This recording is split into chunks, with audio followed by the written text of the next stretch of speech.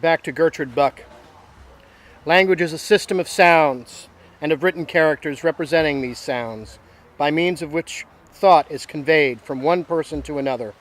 It has grown from few simple signs and sounds to a complex system of speech and writing as men's and women's thoughts, and their relations to one another have become more complicit.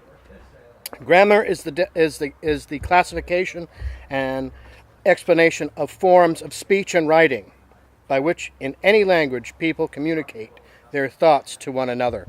It explains these forms as they exist today, sometimes by reference to their history, always by reference to their ideas that they serve to convey. Speaking of serving to convey, we have a great spoken word artist here visiting us, and I'd like to introduce you, Mark.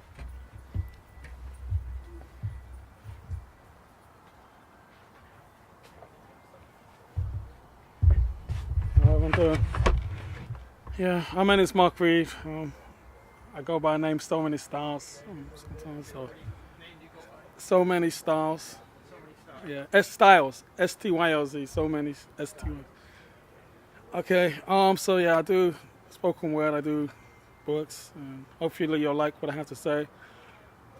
First poem I'm gonna do is called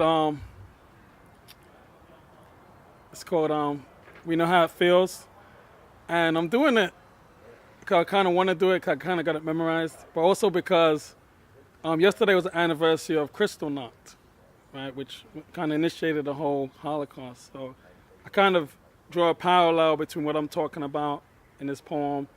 Hopefully you'll get that twist at the end. All right.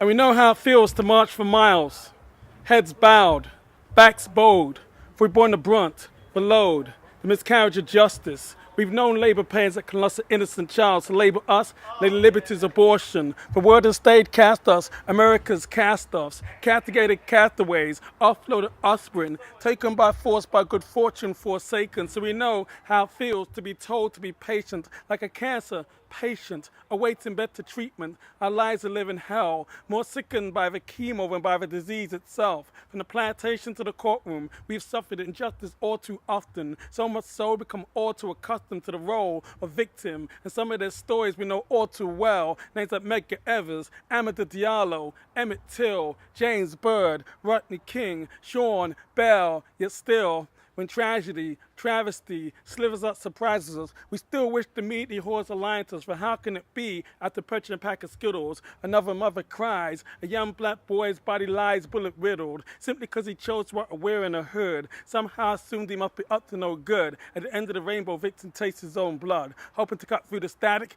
distortion. With caution, we listen to learn whether or not we missed something important, allow us to make sense of the senseless. But we listen on to hear our greatest fears confirmed.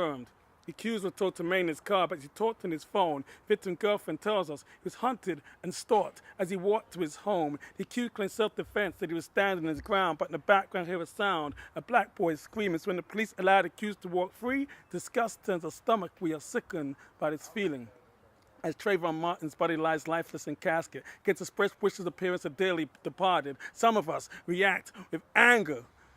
The new Black Panthers called lynching party to get started off with his head. Not an eye for an eye, but a death for the dead. A rising storm gathers across the horizon, inspiring, marching, chanting. Black people united will never be defeated. No justice, no peace, but it be a knee-jerk reaction, only as long-lasting as echoes of a Sharpton or Jackson speech. Buoyed by belief he cares, an appetite for beef, be brief, like a statement of solidarity delivered by Black Commander-in-Chief. But what if our resolve was strong as an NYPD chokehold, putting another victim to sleep? We'd be so quick to fold our tents, yet we're too entrenched now. Black, white, left-right paradigm.